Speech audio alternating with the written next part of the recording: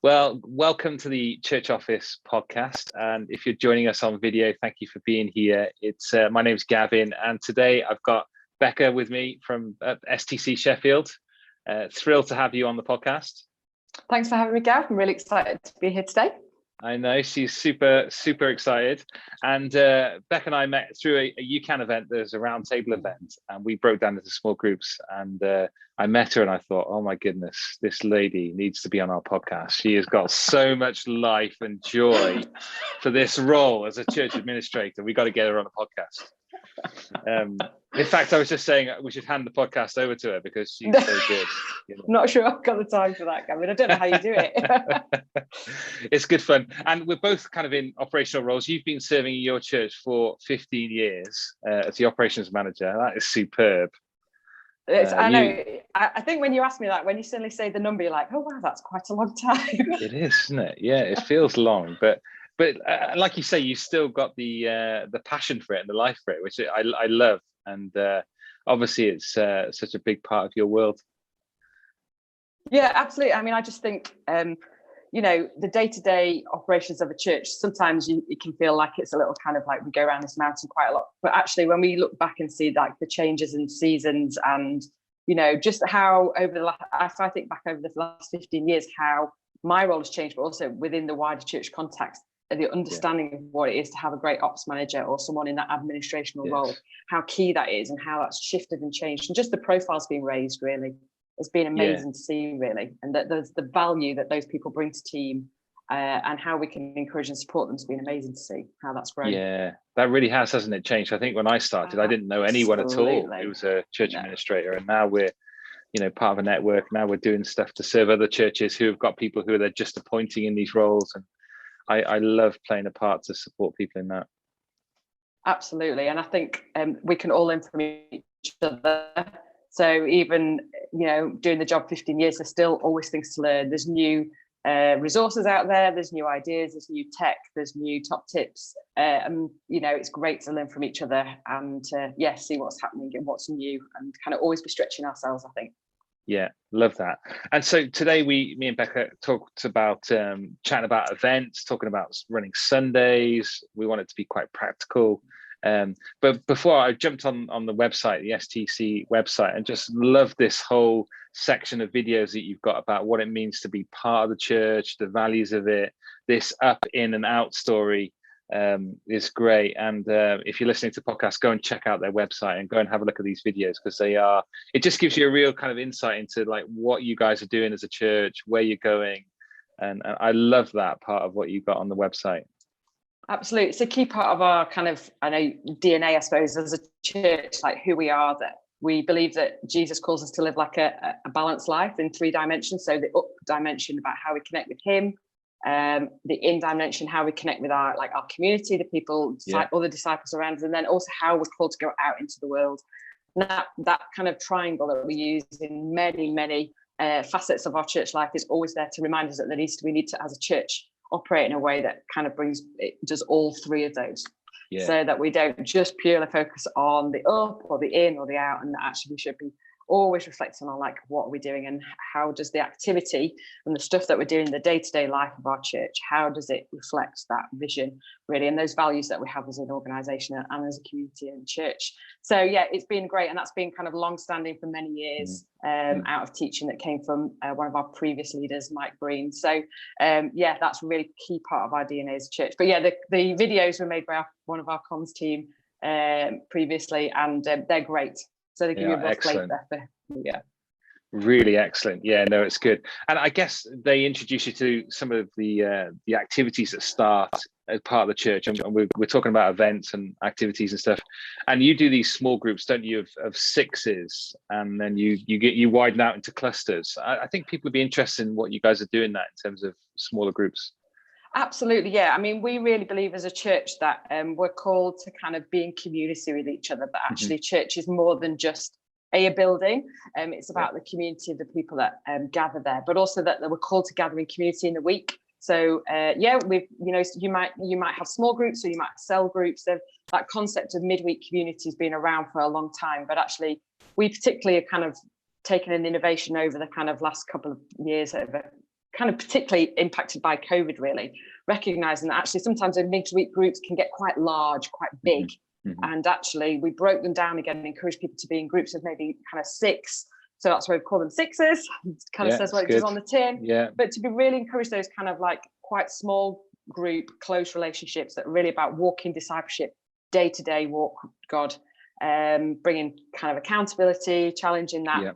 But then those sixes are able to gather together as clusters and to do more missional work. So recognizing that kind of in your small groups, sometimes the energy that's needed to kind of do those more missional things might wane a little over time. If there's only 6 of you and someone's not very well and someone needs to kind of put the bin out. So, so actually gathering with others who have a similar vision. So it might be that sixes who have all got a vision for a certain area of the city would gather together as a cluster, or maybe it's about a people group, like for instance, lots of people who've got young families may join together, and how can they do mission, reach out to others who are in a similar life stage to them.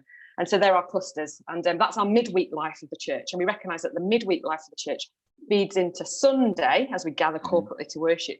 But then actually our corporate worship should feed them back into the midweek life of our church. So there's that real sense of the two connecting. They're not separate, they're not disparate, but actually they're very much about the life of the church being both of those. So so my job doesn't really do too much to do with midweek life of the church in terms of the sixes. I am aware of what goes on, but I'm not involved in the detail of running those or kind of in terms of oversight of those. But I am involved in the Sunday aspect of making sure Sunday, the event that is Sunday, is on the road and the show is on the road each week, which I'm sure many of your listeners will recognise the joy that it is to be part of that, but also with the pressures and the things that entails week in, week out. And people say to me, our church doesn't do events. And I was thinking, well, you guys meet every Sunday. Sometimes 2-3 times in that day over a Sunday. I was thinking, wow, no, you do events. You just don't kind of realize it, and you haven't stopped to think about it in that sense. And you do need we need to build teams every week, don't we, to get ready for Sunday. And Sunday is our most important day of the week, isn't it? It's where everything hinges on. People are coming to hear the good news of Jesus. We want to connect people, we want to connect visitors, and all of that is essential, isn't it, in our roles? Absolutely. I think you can think, we look at us, you might be listening thinking, I don't run conferences, I'm not a conference organizer, or I don't run events for hundreds of people. But actually, like you say, Gav, every Sunday you're putting an event on in which you're wanting to welcome people well, you want them to have a great experience, you want them to feel connected, they need to be warm and dry, and maybe you want to feed them, and all of that would be things that you'd think about if you're running an event. You want them to hear it for them to engage and be able to listen and hear what's being said and done at front. So all of those things tie into kind of like what it means to kind of be part of like enabling Sunday to happen. And I think a key word for me in my role here on the team is about what does it mean for us to enable those things to happen. And I think that's definitely one of my big passions is as an ops person, I see my role really strongly about how can I enable whatever it is I've been asked to make happen. I think that's a really key thing. Yeah, definitely. And it enables church members to play their part, doesn't it? And, serve in their local church, which does them good, which, sees the whole body working together. It's just lovely, isn't it? And that's the thing that we've missed over COVID, I think. It's been so wonderful over this last term, just to start as we've unlocked and as we start to see people return to the building at some level of whatever kind of, we're not back to what we were before, but this is the new kind of normal. But it's been lovely to see people stepping back in and taking part, whereas when we were all disparate and watching online, that was just that lack of sense of connect. We did as best we could, but it's lovely to see people back in the space together and able to connect and again offer their service in the way that they can. Yeah, no, I love that. So from thinking about Sunday mornings then, do you have a close relationship with your senior leader or senior vicar? Are you sort of regularly meeting together to go, right, here's the flavour of what we want for Sundays?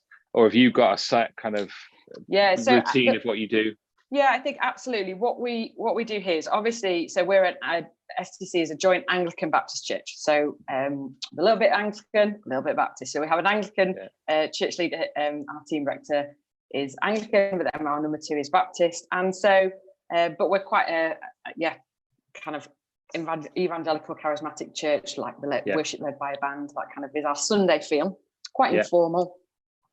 But in terms of Sunday gatherings, obviously our team leader Tom, he has overall kind of like the gatherings are his responsibility, I suppose. He sets the tiller, he sets the vision, the direction for those in terms of the feel that he would like for those.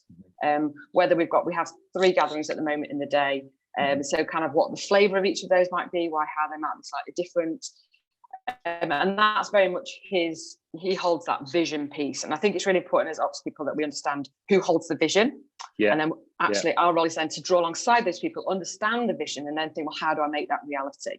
And so for me, I would definitely see my role in terms of kind of Sundays particularly, and even actually I'd say for any event that you are running, whether this is a one-off event or not, who holds the vision for it, find out what the vision is, and then to be like, okay, what does it look to make that vision a reality? So what's the kind of infrastructure? What are the teams we need? Who are the personnel, the people? What are the rotors that we need? All the joy, that kind of the cogs underneath, I would see it as, that actually enable the thing to happen and to make that happen. I think that thing of taking vision and kind of putting it into reality, I think particularly around events is really key. So that then you're able to deliver and have a clear direction of what it is that you're being asked to do. Yeah, no, that's absolutely right, isn't it? Yeah, we do take the idea and the vision, and it's lovely if you can have some input in the vision part as well, so you can kind of go, ooh, that's not going to work. Let's steer away from doing such a big 2-course meal on a Sunday for everyone, or let's, can we live stream from outside? I was like, possibly not. It's quite a big headache. So there's a lot of things, and so it's great to kind of have that working relationship, isn't it, with your senior pastor. And I've given and invested so much time into there being a confidence between the two of us. So and I've had the privilege of working together the whole time with the same senior pastor. So there's that trust that does build, and that confidence within each other to say, actually, I can tell this is a real priority for the church. This is a season where I can pick this up, and I need to go, right, how do I deliver Sunday differently that kind of reinforces and supports that mission, I guess. Absolutely. And I think also, and I think also sometimes there's the feedback kind of the reality. So, I very much think of conversations where you're able to kind of, you say, well, we'll give that, brackets. I think this will probably mean this won't work and this won't work, but it's kind of like, well, we'll give that a try. And I think I remember hearing someone say, I think it might have been on one of the UCAN things that I was listening to once, that someone said, our answer should always be, yes, I'll see if I can make that a reality. Yeah. It's a great idea to give everybody, I don't know, something on the way in, a gift. We want to give everyone a gift this year, but actually the reality of that sometimes might be something that we can't always deliver, or we can't deliver maybe as originally thought. Yeah. And I think it's that kind of working for solutions, I think, is something I think is really important. Yeah.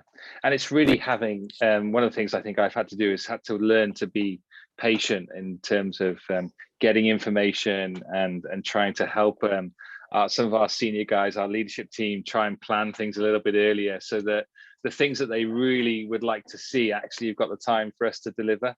So you're talking about books and the lead time to get 200-300 books that we want to give away. You can't just turn that around in a week, unfortunately. And so it's trying to help our team to plan better as well, isn't it? Because that's such a big part of what we need, the information we need to run an event and to deliver it. Absolutely. The sooner we get it, the better. The sooner we can kind of put it through our sieve and go, this is going to work, and we're 100% behind it. The better.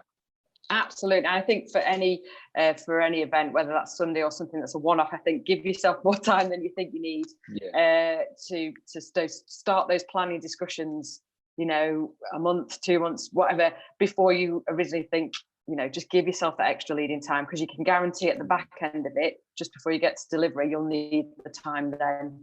Because it always seems to be plenty, then suddenly you're like, delivery's really close now.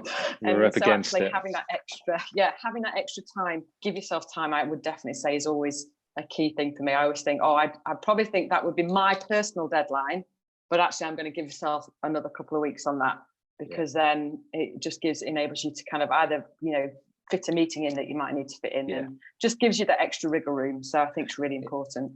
Yeah, I think you're right. And I guess we've got to be patient with the kind of environment. Is that our guys get called into crisis, they get called into different pastoral situations. Absolutely. And so, you know, I'm just thinking about this event, but I know they've got another 100 of other things. So I guess in the role, if you're a church administrator or operations role, then yeah, patience is a key thing. And I don't think we probably talk about it enough, do we?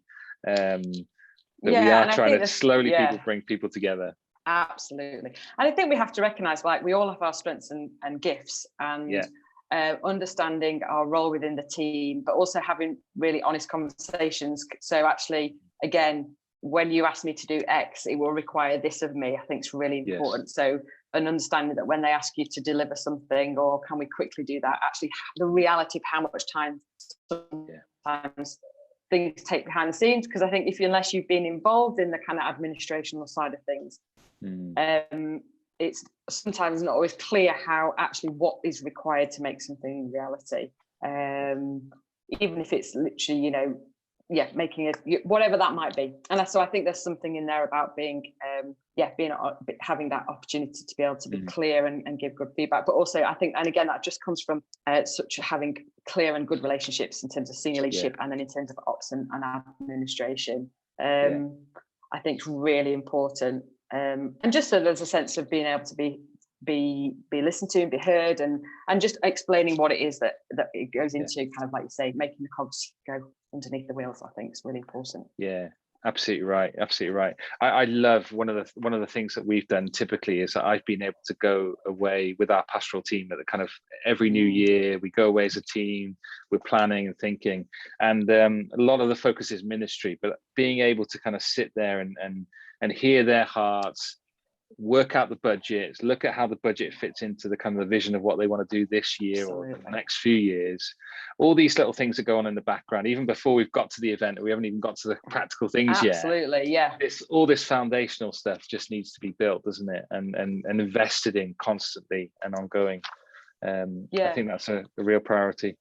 Yeah, absolutely. And I think there's something about and I think this goes to kind of, I suppose this speaks to slightly wider about, but I think an understanding in teams that we work on in the church, sometimes we can get quite focused, like I just do administration and I'm the youth worker and I'm the children's worker, but actually to see that we're all interconnected. So having that big picture is so important to see what is happening in, like, kind of, sometimes for me, you know, people are involved often in ops and admin. We often, you know, by nature of the job, we're detail people, and so sometimes we can be drawn into the detail. And actually, I think it's really important. And I am definitely testament to the fact that it's my natural propensity is to be drawn into the detail. But actually, I'm also always challenged that every so often it's really important to lift our head up and see that bigger picture again. And I think, like you said there, Gavin, having the opportunity to refocus on where are we going, what's the bigger picture, is really important, because sometimes if you're just drawn in looking down all the time just at the thing in front of you,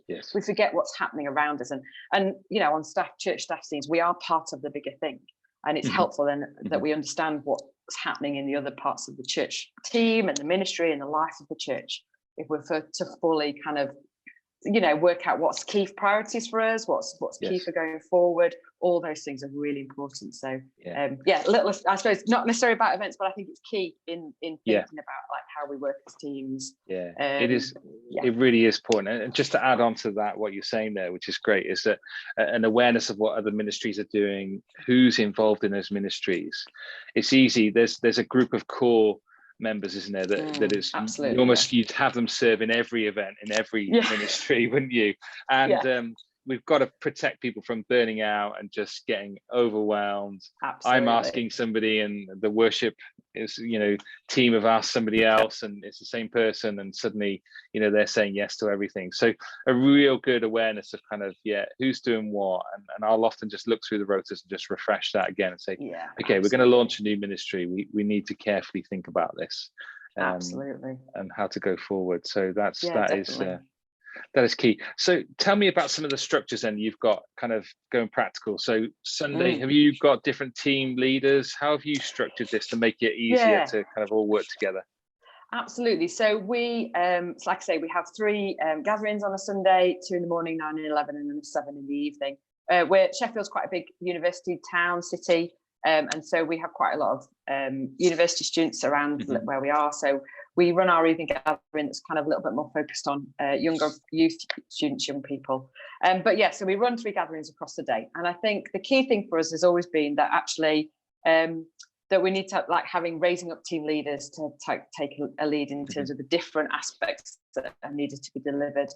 And then having someone who has general oversight of all of that, which would fall under my remit, but kind of me raising other people to see that. So it doesn't necessarily mean that I have to be there all the time. And I think I've heard said, the aim would always be to train yourself out of a job.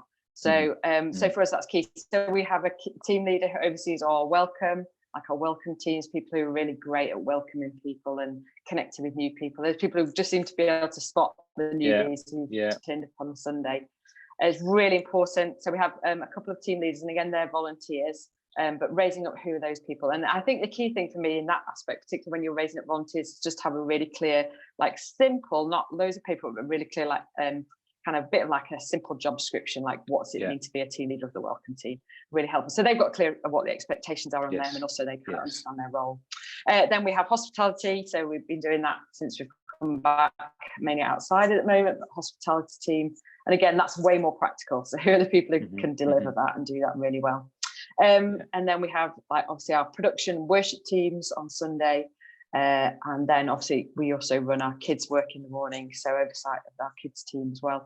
Particularly at the moment, we're seeing quite new families, people coming and joining us and just checking us out. Maybe they've checked us out online over lockdown and they're joining us. So making sure we definitely have someone who can welcome families really well, especially when you're trying to settle kids in and that kind of thing. So that's been really good. And having team leaders for those teams is really important.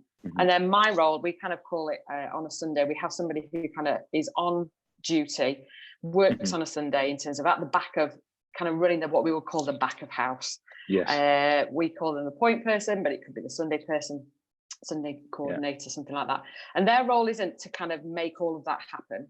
They just liaise with the team leaders. So the key thing for us has been releasing those team leaders to kind of take responsibility for their team. So whether that's making sure the production's all sorted, the worship team, that they're all there, they've had a sound check, those types of things, or whether it's that we've got the welcome team and the coffee's on, but releasing those people to do that, but always having someone who oversees and checks in, because you can to kind of catch for when something doesn't quite fit or something doesn't quite happen. And I think that for me, and I think I'd probably look to do that in any type of event that was running, I would always have somebody who's not involved in the kind of on the ground delivery, but they're there as that kind of oversight role. So they're checking in with their team leaders, and then they can fix if there's an unforeseen problem. So that would be the kind of point, that key role really, so for whatever, the heating's not come on, or so, whatever it might be. And we would have that, so they can then kind of step away. They're not leaving a hole then when they step out. And I think that's why it's really key to have team leaders who oversee the smaller teams, because then they can keep working, keep focused, and they're not drawing their attention away to kind of fix something else. So I think that for me is how we kind of have taken a view of running that kind of back of house, description for Sundays really. And I think key thing is raising up, releasing team. It was really interesting to listen to that. Obviously we met on the UCAN that was about volunteers, and I listened to your podcast chat with Penny as well. And I think obviously that's a massive challenge for us at the moment in terms of volunteers. But I think if we could give people real clarity about what we're calling them to, again, vision is so important. So I think that's where we're able to kind of see people be called to a vision of, do you love, even if it's like, do you love packing down the gazebos that are outside that we have the coffee stuff under at the moment? Do you know what, for some people you might not feel like you're gifted in welcoming new people, but you're great at packing down gazebos. Do you know what, there's a place we need people like that. We need you, we really need you. we do. So I think and then my other observation has been then doing a great review of that as well. So constantly asking that question, is this working, could we do this better? Is key.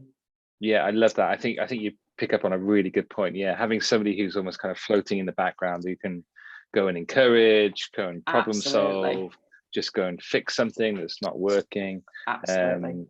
we kind of know where all the keys are, we know where all the stuff is, all those kind of things. Somebody who just can go and represent me in a sense. Absolutely. Yeah, absolutely. I know my role is in overseeing this is to go and represent the pastoral team, their vision, their flavor, what they're trying to do. And then I need people who can represent me and go about not just do the task, but the way that they do the task goes.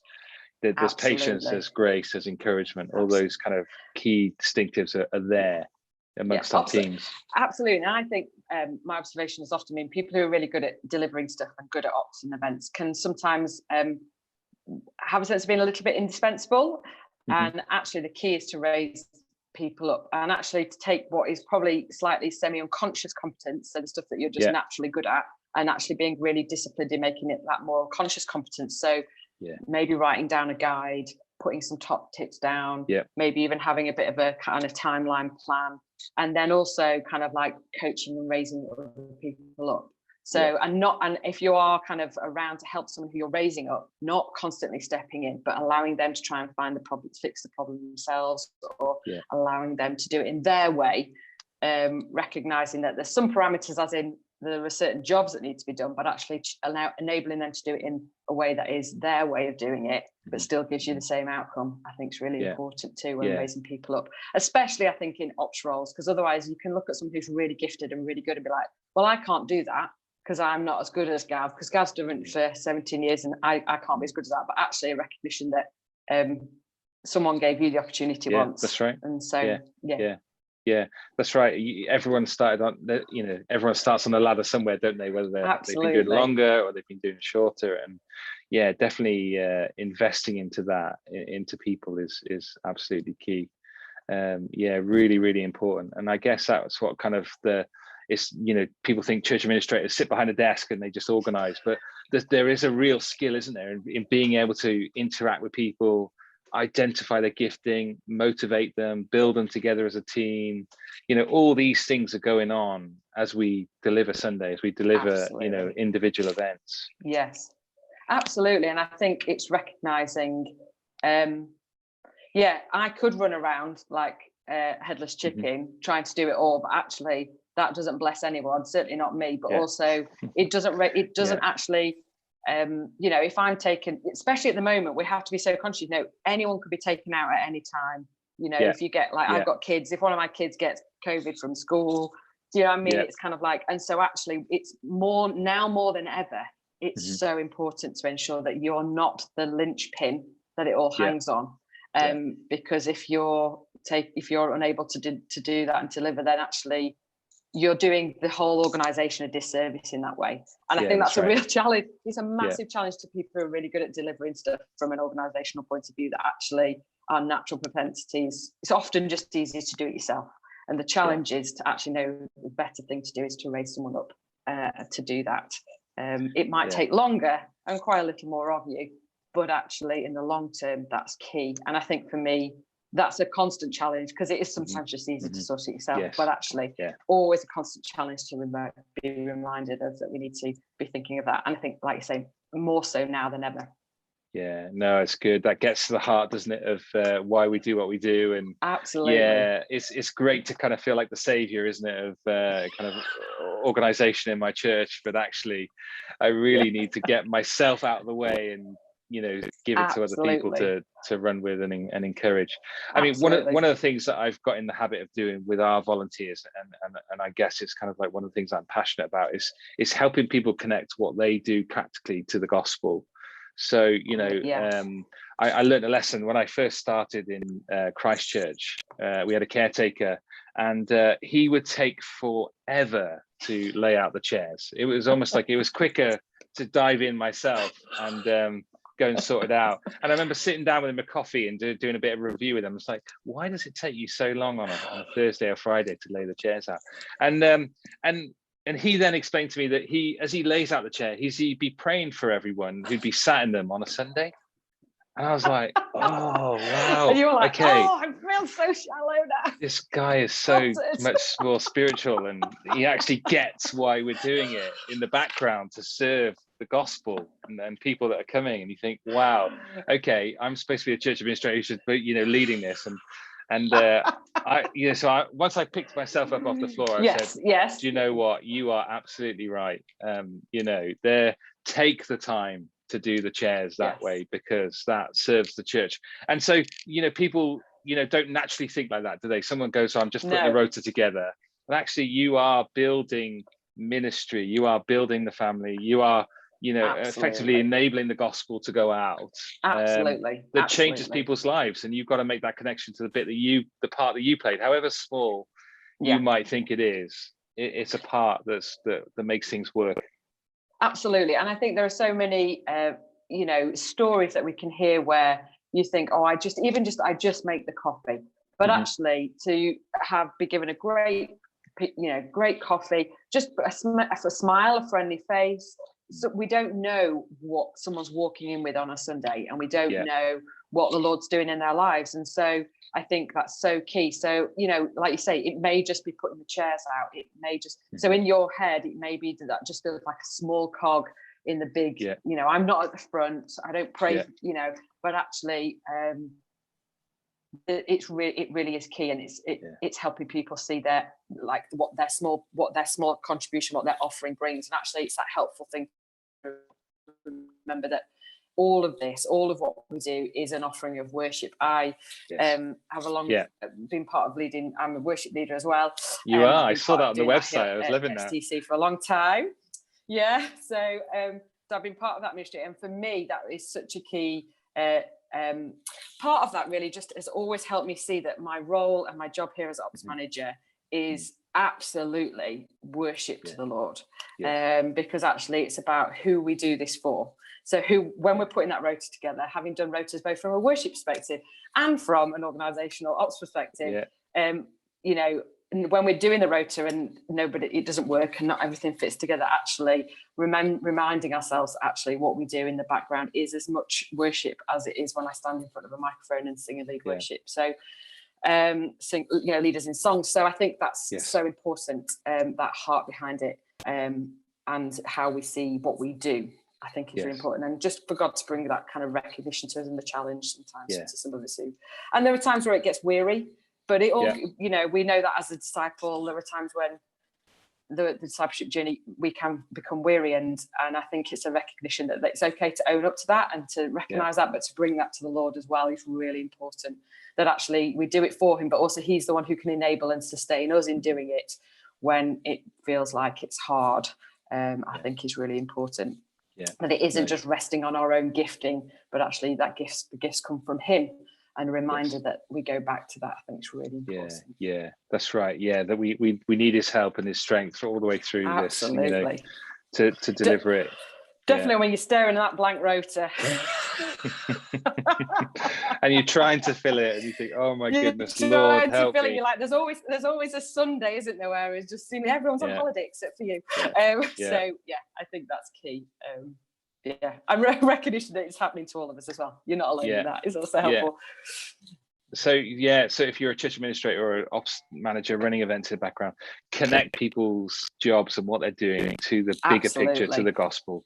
Encourage people there, because that you go away with that sense of I've enabled something today, and pointing out this brings glory to God. The way you are welcoming, the way you are organizing and making it easy in the car park or afterwards, your passion with the kids ministry. Absolutely. That should just be that should be almost the biggest part of what I'm doing on Sunday, is just going around and encouraging people. Definitely. I love that. And then if there's particular people in the past, one of the things we've done is just written a card to them, or an email. I try and weekly just go back to someone and say, do you know what, you really stood out this Sunday. So grateful to God for who you are and what you did. And it wasn't about just what you did, but it was about how you did it. And that was just lovely to see. And I hope that encourages people in their faith as well as their desire to serve. Yeah, I think absolutely. I think when you're involved in that kind of behind the scenes ministry, it's so important to encourage others who are serving in that. So whether that's the person who's on the sound desk or who you only know when it's not working, when it's sounds awful or has when gone it wrong, goes or bad. so actually that when it goes bad is when everyone notices these people, these roles, and actually the recognition that when it's going well, you're unseen, but actually if you're involved in that and certainly leading and overseeing it, just a real sense of being able to kind of encourage and give thanks to those people and raise them up, really, I think is so important. And that can be done really easily. Like you say, Gav, just a card, a gift, even just an encouraging message or something like that. And then we also try and do, certainly after we've done if we've done larger conferences and events like that, we've tried to gather team who've helped behind the scenes afterwards and do a little bit of a thank you for them that's a little bit more specific. And for that team has been really good. Or particularly at Christmas, it's coming up on the horizon. Yeah, it is. Weeks away it is. 9 weeks. Certainly. Amazing. So after certainly big busy times of the year like that, where everything feels like it's one event from to the next, that actually kind of after that we again try and do something with some of our team, encourage some of our team leaders to gather their teams and just do something that's a way of saying thank you. It's so important, really, and recognizing the sacrifices that people make to do those things as well. Yeah, absolutely. And I think I think it's one point to stay, and in some ways it's an obvious point, is that since COVID and the restrictions, and we've had to manage events that much closer, haven't we, with it. And the run up to Christmas now, I'm thinking, wow, are we going to be able to have our annual Christmas market? Are we going to be able to have Santa? These are questions you think, oh goodness, I don't know. You wish the restrictions and the guidance was a little bit clearer, but it's never clear, is it? Exactly what you should do. No, I have to say it was a lot easier when they just told you what you couldn't do, whereas now it's like, figure it out for yourselves. Yeah, a little bit more challenging. As long as your risk assessment's right, and you think, oh my goodness, Yes. And so there's a whole host of other things, isn't there, that we now have to kind of manage. I mean, we're talking about having to book people in for multiple services over a carol service, and I know it adds to the workload, but these things are important, and they are, if they're requirements, and we need to tick those boxes, don't we? Absolutely, absolutely. Yeah, making sure everything's done safely. And I think like one of the key things we've tried to do over this season is kind of like just get a real temperature of like where our church family are at in terms of what would feel comfortable for them. Recognising that we've got people on the whole spectrum in terms of kind of who feel super comfortable coming back into society again and unlocking, and then those who for whatever reason having to shield for health reasons. How can we still enable everyone to feel part of the whole church family is really key. But the practical side of that in terms of like the outworking of that, and definitely for me, I've certainly found like pre-COVID there were probably a lot of events that happened like in ministries and stuff like that kind of just the guys just got on and did, but now they're coming back to me like, are we okay to do this with COVID? You're like, okay, getting drawn a little bit here, but actually recognizing that just because someone's asking your advice doesn't mean they're saying you're now responsible for it. So I think that's been a key thing that we've had learning of over this kind of, certainly since COVID and the unlocking, is that I'm definitely here for advice, definitely here to kind of help people stay within our risk assessments and our guidance, but actually I'm just here for advice, and they're kind of still the person who's out working that really is really key. So that's been key. But I think definitely. I mean, I have to say I'm part of, like you mentioned at the beginning, UCAN, and their forum has been such a blessing for people to share documents and things. Yeah. Who's I doing need this help. Please help me. So finding people you can share resources with has been really helpful. And I know, Gav, you've done stuff as well on your website, which has been really helpful. Resources have been really helpful. So I think sharing best practice is really important as well, and learning from others is really helpful. We don't have to have all the answers. No, that's right. Yeah, that's right. Yeah, and we can get templates and learn from people. Absolutely, saves time and hours, doesn't it? It really does.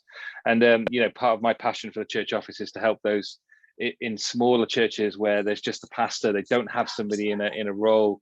I just can't imagine what it's like if you've got a church of 100 or 50 and you don't have any support, and you're doing this and ministering. There's a burden there, isn't there? And I guess for us it's a joy, because we love doing this. We feel called to do this. It's a passion of ours. So it's great. But for a minister who hasn't got that passion, it must be swimming through treacle. So if you're a pastor listening, check out the UCAN website, look at the forum, look at the church office. Please use these resources. They are available. Absolutely. Quick question then, just to kind of finish off our time. How, you look at kind of event planning, and you look at kind of, the last step is the kind of review and evaluation. Yes. How often are you doing that for your church on a Sunday morning? How regularly is that happening? That is a great question. In fact, I had a meeting this morning that was in where we did something along the lines of that. I think one of the things that COVID has meant is that we have probably done that more frequently, mainly due to the fact that we've had to review what our level of restrictions are going to be and how we're going to respond to that. But I think probably previous to that, maybe we would have maybe reviewed yearly. Like what were we kind of delivering in terms of the feel and the context, and kind of what was happening in our gatherings from the kind of probably from the front end perspective. You think about what's happening at the front. But I think now more than ever we're reviewing more frequently, particularly because we're trying to work out what's right for us. So I think for us at the moment we're kind of probably reviewing every half term or so, every 6 to 8 weeks, kind of what's happening. And that's from a kind of COVID point of view, but actually slightly wider than that. As we've come back, we've tried new things, brought new stuff in, even down to like we've been live streaming. So we live stream here during lockdown, and then I've carried that on into now that we're open again on a Sunday. But actually we recognise that come the new year, we need to do a major review on live streaming, like who's watching, is the time it takes to do that, the team's required, where they're watching from, when are they watching, how many people join us live, how many people watch it behind. So I think there's now quite a lot more to think through and review. So for me, I definitely be starting to think that more frequently. And I think at the moment, definitely many churches, I would imagine, as we've opened up over the summer, we put certain things in place. So it was great in the summer and this autumn that we've done all our hospitality outside. Obviously now it's autumn, heading into the winter. And actually, so that sense of like, okay, well, we need to review that now. So definitely for us, we're doing a lot more reviews, either from an ops perspective in terms of like the back of house, how's it's running, our capacities, our numbers, all those types of things. How can we seat people as well as possible that still feel safe? And what do we need, how are the church family changing? How are they reacting? Even in the last 6 to 8 weeks, how are people more comfortable now in terms of less social distancing and all those types of things? So I think we are definitely reviewing more frequently at the moment. I think, and I think part of that is to do with how we're responding to the changes in culture and society about the restrictions and COVID. And then I think from a wider perspective of that, I do think it's important that we do keep reviewing kind of as we gather on a Sunday what it is that we're doing, and the vision and what we feel like God's calling us to as a church family, whatever your church's vision is for the year to go ahead of you, where that's going. Are we, is how we're running Sunday, is it working for people? Are we able to deliver it as well? I think it's a really key one. Like, so in terms of volunteer levels, is this sustainable is a really key question at the moment for us. It is. And then therefore, do we have to make changes because it's unsustainable for the team that we have? So I think for us at the moment, we're definitely doing review more frequently, but I think probably I would hope that would, as we head into 2022, and hopefully there'll be less kind of imposed changes, shall we say. I think we'd probably be looking to kind of do that probably more kind of termly, kind of reviewing where we're going, both from a front of house perspective in terms of like what's happening at the front and what's the kind of gathering feels, but also then from a back of house, like, is how sustainable is this at the moment in terms of team and that kind of thing is really, really key. Because I think we can do certain amounts for a certain period of time, but actually in terms of like what we ask of team, there has to be a point where we kind of review and say this isn't sustainable long term. So and make changes or find solutions. So which I think is really important. Yeah, it's good. And I think it's installing in our teams, isn't it? Our team leaders that we want you guys to think about how to do it differently, how to think it better. We want to create that culture where, we want you to follow up with your team. What's working, what's not, what resources, what investment do the toddlers need? What investment does the teen coffee team, the hospitality team need? So we often send information one way, but it's trying to create ways that we can get information flow back, isn't it, from people? And absolutely. We've done it relationally, and that's one of the best ways. But as you get bigger, it gets more difficult, doesn't it, for me to know all the team leaders in a way that we can have a conversation over a coffee and say, right, let's develop this area of ministry. Yeah. So we do need to think about how we get feedback and how we, grow with that. Yeah, absolutely. So I think I definitely see, if I was approaching doing a one-off event or conference, I would always look to do some kind of like capture feedback at the end of that, you can either do it in the middle of a conference. I've seen people using something like Slido, which is a great way of kind of asking questions and getting people's response.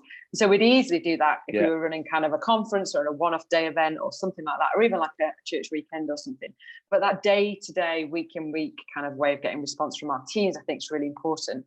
And one of the things we've tried to do here is to have kind of certain seasons in the year where we, in essence, will kind of do a little bit of an audit.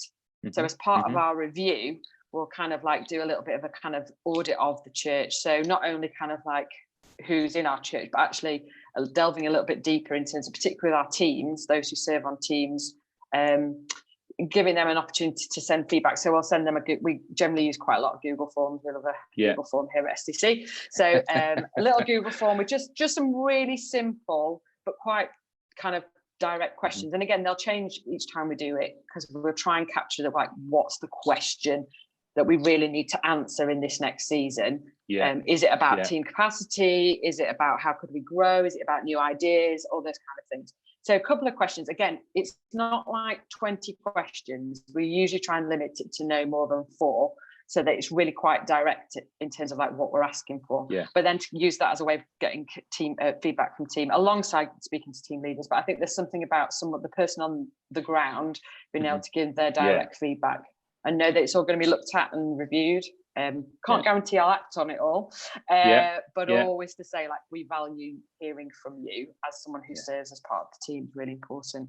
And like I say, that's been for us. So we kind of do a little bit of we have like a bit of a couple of seasons in the year where we do a bit of what we would call a church audit, and part of that is hearing back from our team who serve, which has been really helpful. Well, it's great. Becca, thank you so much for your time. It's lovely to speak to you. And, you can tell, can't you, on the podcast, this lady has got gifting and life and joy. And that's what, church administrators want to be like, isn't it? That's what I want to be like. Absolutely. It's a great privilege and a great job to do if you're able to serve your church in that way. And I'm so thankful that I'm able to. Yeah, it's great. Well, if you've got any questions on anything that we've talked about today, then please get in contact with questions@thechurchoffice.co.uk. Send them over to me and Becca. We'll answer them. If we'll get you back on the podcast as soon as we can, and just draw your brain, pick your brains on all the other knowledge, all the other things that you know and do so well for the last 15 years. So we'd love that. So please check out the resources on the Church Office website. Please check out UCAN, which has kind of connected us together. That peer-to-peer support is available. So don't be on your own is the message of UCAN. Don't be on your own. Don't do this on your own. And do it with others. And we would love to hear from you. All right. Thank you very much for your time. Speak to you soon. Take care. Bye.